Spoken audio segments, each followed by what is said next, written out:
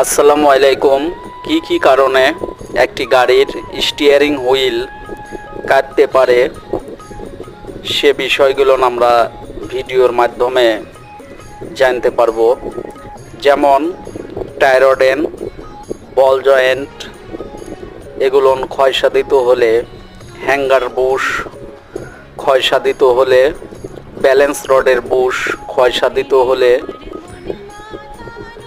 বা হ্যাঙ্গার বেঁকা হইলে অথবা সকেট জারবার নষ্ট হয়ে গেলে স্টিয়ারিং হুইল কাটতে পারে, বা স্টিয়ারিং কলাম শ্যাফট ও ক্রস বিয়ারিং ক্ষয়সাধিত হলে স্টিয়ারিং হুইল কাটতে পারে।